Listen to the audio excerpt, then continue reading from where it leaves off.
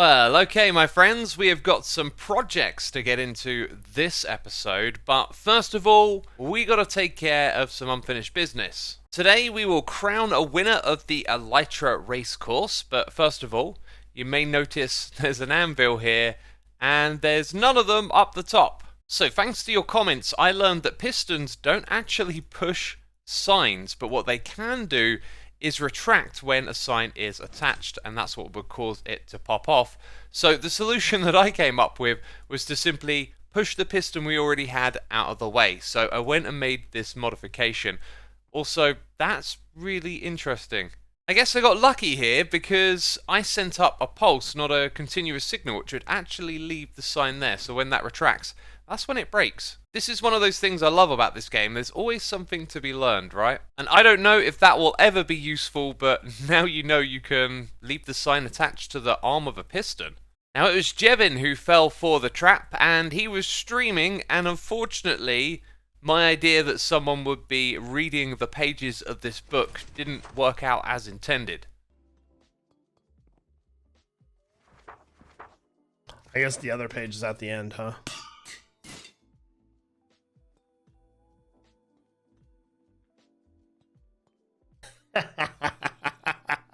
You missed me! I'm guessing that was probably Doc. No, it wasn't Doc, it was me, and I failed in my attempt at anviling, but look at this, I made tons of diamonds from all the attempted runs. And look at this, an absolute ton of Hermits gave this thing a fair go.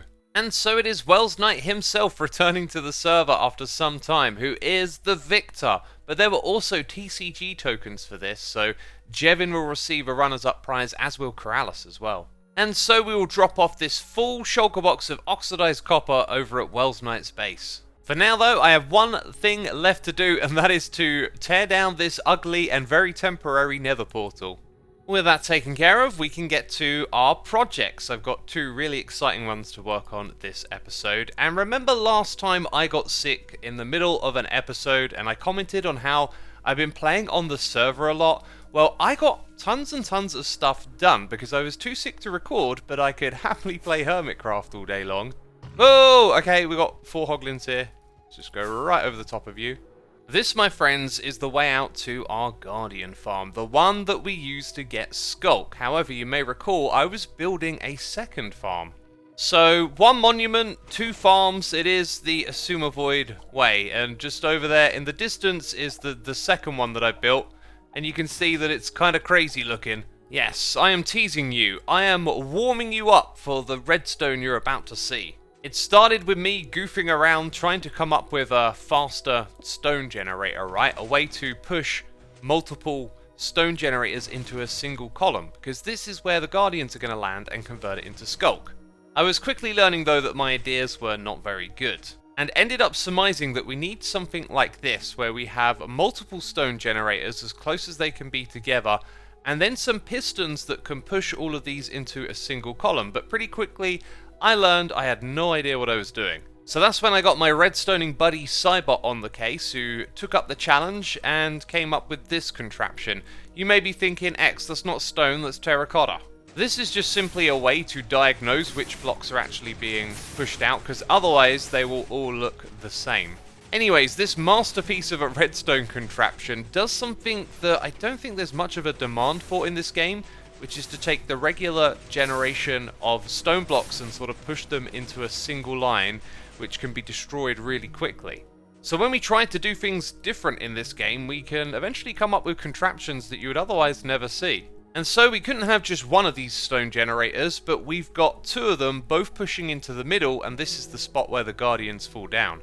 And we are indeed using a command block to get rid of the blocks here, but just look at how quickly it can generate and push stone into the middle. It's just crazy. So our original farm was great at getting us some sculk blocks. The stone generator though was kind of slow, and so were the Guardians using this oscillator elevator to come all the way to the top. So I set out to make something better, and that started with the elevator over here, which just uses soul sand water streams going all the way up to the top. So you can see the soul sand there. The Guardians come in and they whoosh up to the top here. And yeah, now we can see that in action. This thing is also 5 blocks wide, which allows these guardians to have a much easier time getting into the elevator.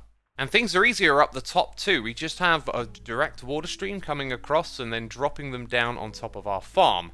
And if you're very observant, you might have noticed that there is no skulk sensors or catalysts being generated up the top here. I believe that's because we've got full blocks around the edge, so some modifications might be in order. But now we can fire up the machine and destroy the skulk blocks and they will get practically instantly replaced. This feels almost faster than on the test world that you saw a moment ago. Look at this. The guardians keep dropping down and we can just keep on mashing these out. There is also a hopper minecart that goes underneath to pick up all of the items. This time though, I took the time to create one of these systems where the hopper minecart gets destroyed and the items go into storage. You may also notice there's another minecart at the front here. If I just power this rail and sit on here and get it moving, I can just sit here holding down click and farm this stuff automatically much faster than we could in the previous farm. So now it'll be a lot easier to get guardian drops and skulk drops too. I've already accumulated like a fair bit over here. I did some AFKing and as you can see this thing is a fully fledged guardian farm too. But here's the dealio. We can improve this thing even more. And yes, you can see it right now. Look, there are guardians spawning on the outside. We of course want all of them to spawn inside of here. So if I go ahead and turn on the rendering of the sphere around the player, we can see where mobs will be able to spawn. When we go underwater, you can see there is a fair bit of space just outside of our spawning area that the guardians can spawn in. So we have a really fascinating suggestion from a viewer in one of my live streams. This is just brilliant, but first of all I'm standing up here so that most of the guardians are now going to be in this spot. And that should make what I'm about to do next a little bit more peaceful. We're going to come down here underneath these blocks and place magma blocks on the bottom of the ocean monument. So what this means is that any guardians that spawn above where these magma blocks are will actually get pulled down onto them. Right? And that will pull them outside of this area and cause them to despawn. So by placing a whole bunch of magma blocks around the outside, we can increase the spawn rates even further. And so I've enjoyed a good old Minecraft grind, going to the Nether, collecting loads of magma blocks, then placing them down on the ocean monument. And so now we have something rather unique looking. If you're thinking the arrangement of these blocks looks a little bit strange, when I put the overlay on like this, I'm sure it's going to start to make more sense. Like down the bottom here, it didn't really make sense to actually put in any magma blocks because it wouldn't pull them underneath the radius here. But the good news is it really does seem to be doing its job, as I haven't seen any guardians. Well, I just saw one over there. It immediately disappeared as it got pulled downwards. So yeah, I haven't seen them lingering around above the magma blocks. And if we look at the amount of skulk that's raging up the top here, it really does feel like the rates have increased a lot. I've also been able to reconfigure the arrangements of blocks around the outside here. My suspicion is that because I had full blocks, it meant that these skulk sensors couldn't appear.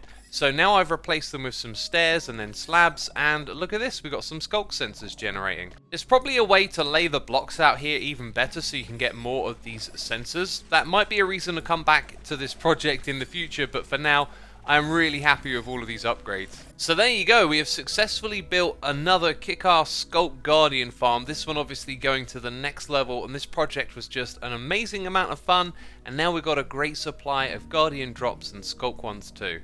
So that, my friends, was just one of 2 amazing projects. The next one is something located at my base that I struggled with earlier on in the season, but now I can tell you that it is in fact finished. I am talking about our ice farm, and we can actually get there if we just go in a straight line through this long tunnel that I dug. So I have made modifications, tweaks, changes, and fixes. Our ice farm now works flawlessly. And I owe a big thanks to Ren and Efo, who are working on a project that requires lots and lots of ice. So, me being me, I wanted to be able to help out my fellow hermits. Xisuma? Hello? Hello? Hi. Hey man, what's happening, baby? What's happening? Hold on, let me turn this music down. Nice. Yeah, we're just working on boat races out here. I can see. I brought you a gift, by the way. Oh, awesome, dude. What you got? I got ice. What you got? I got lots of ice. Oh, ice, yeah. Ice, baby. Dun, dun, dun, dun, dun, dun, dun. Dude! Oh, my, okay. Well, when you said ice, I was expecting like one shulker box. Wait, there's more? There's more. There's a lot. Jeez. Oh my goodness. Oh, this is perfect, man. Yeah. Oh, thank you so much, X. That's amazing, dude. And when I bumped into Ren, of course I couldn't help myself. We had to play the 45-second game with Ren. I've introduced you to this in a previous episode, but it's now a little series that's unfolding as shorts on my YouTube channel. And what's a shame about the 1-minute nature of shorts is that some of the best stuff actually happens when the game is over, you know, when you're going back over those questions and having a giggle together. So I introduced a new type of question with Ren, and it totally caught him off guard. This was a very specific question. Is your favourite block ice? No. Ren, you did great. I totally lost my composure. But I have a question. Ice isn't your favourite block, right? I can't remember no. what you said. Did you say yes or no? You I said it said very no. quick and confident. I think I said no. But that you have to answer it incorrectly. So ice is your favourite block. No, it's not my favorite block. Dang it. You got me. I can't believe it. Oh man, that's I thought I nailed that. pure Dude. gold. Pure gold. I thought I nailed that. Dang Dude, it. you- You got me you- with a sneaky one in the middle. I try to be so composed coming into this, but like you said your name was Jeffrey. I just kinda lost it straight away. I don't know why. It is a funny name, though, to be fair, in this context. Oh, that was so good. Thank you for playing. So yes, asking a direct yes or no question seems to trip the Hermits up, so we might have to try that more in the future. But anyways, the project that Ren and Etho have been working on is a boat racing arena, a massive one, because they found a giant snowy area that has tons of ice lakes going through it that make for natural roads. So while I was hanging out with Ren, we started racing back and forth across the ice on the ice tracks that they've built so far, and we bumped into Etho and decided to have a little race from one end to the other. There he is. Yeah, dude. Hey, what's going on here? Hey, man, Etho, I was This is just the telling face off Xisuma, of a lifetime if I've ever seen one. Dude, do you want to come race? We're racing for TCG tokens. Not on your side of the track, nope. Ah, I'm I know kidding. better. We're actually not racing for TCG tokens. We're racing for man cards, and I've just been Man explaining cards. to Xisuma what a man card is. Man card. Okay. Okay, we've got one more race to do, gentlemen. Oh. We go all the way back through Etho's section, stay in the boat. As you come out where the pavilion is, you turn right. Got to go all the way around the back through the underground tunnel, into Rain's section all the way to the end. Does that make sense? Okay, yeah. So... X, are you with us? yeah, I think I got it. Okay, are we ready, gentlemen? Here we go. This is for the whole deck of man cards. Oh, snap. I'm losing track. All right, here we go. On boop. 3, 2, 1. Boop. Go, go, go, go, go. Oh, I got hit by something there. Oh, we got to stay ahead through Etho's section here. No! Oh, I really messed up no. that turn. You both got in my way there. Oh. Oh my Alright, I goodness. could kind of get you step 5, I think. Oh, this is so cool. Oh, I can no, see no, you no, guys no, no. like racing neck and neck with each other in the front. There's someone right behind me I can see. Oh, that was a bad turn. Oh, no. This is a Oh, marathon Xisuma, race, though. no. Oh, this is intense. He's I passing overtook you me. a few seconds ago. I reckon you're seeing me in a different position. Yeah, you're way ahead now. Etho, you're in my Oh. way. Oh, but you hit the side here? This Okay, is okay. where I suffer. Oh no, I'm gonna hit an edge. Those straightaways are hard. No! I've got like an awkward camera angle here. I'm sort of like off to the side a bit. Yeah, same. I'm adjusting. Yeah. I'm adjusting. For some reason, my heart is racing. Dude, I'm hitting So is both your body and sides. mind. Zombies on the track. Look out, everybody. Oh, no! Oh, we got zombies! Kill him, Etho. Kill We him. got zombies! No. Yes! Thank you, zombie. Thank you. Thank you, Oh zombies! no! No! Okay, right here, right Creeper here. on the track. Creeper on What the the track! heck? Yes, Etho got knocked out of his boat by the creeper. Excellent! Oh, I you got love some to see it. Crazy rubber banding then. Okay, we got to get into the thing, out of the boat, recollect the boat. Oh, get to the next section of track. Oh, I see. Wait, why do you have Go, to go, get go, go, over- go. Oh, because over here. I see. Ugh. Death Race 2000. Go, go, Oh, go. No, that's not a boat. That's a bed. Accidental sleep. Do you guys remember that game, Death Race 2000? Why did the racer lose the race? Because he took a nap. Etho, that creeper tilted you so hard, dude. I had to sleep. I had to sleep. Well, only a crash is going to save me now. Ren, you've won this, right? Yeah. Yeah. Nice. I won because of the Ugh. creeper. The creeper won me that race for sure. Dude, I had to get out. There's no way I could let it blow up. Oh, that was so fun. That was like a taste of what this is going to be, Etho. That was awesome, dude. So now you know what all the ice is for. It's for crafting up packed ice and blue ice. But now let's talk about how I've managed to fix the farm behind me. So we are using quadruple speed on the replay mod to see this farm in action, sped up in all of its glory. Here I am on the AFK flying machine going across getting all of the ice, and as you'll see back here, more ice is being pushed down from the flying machine up above.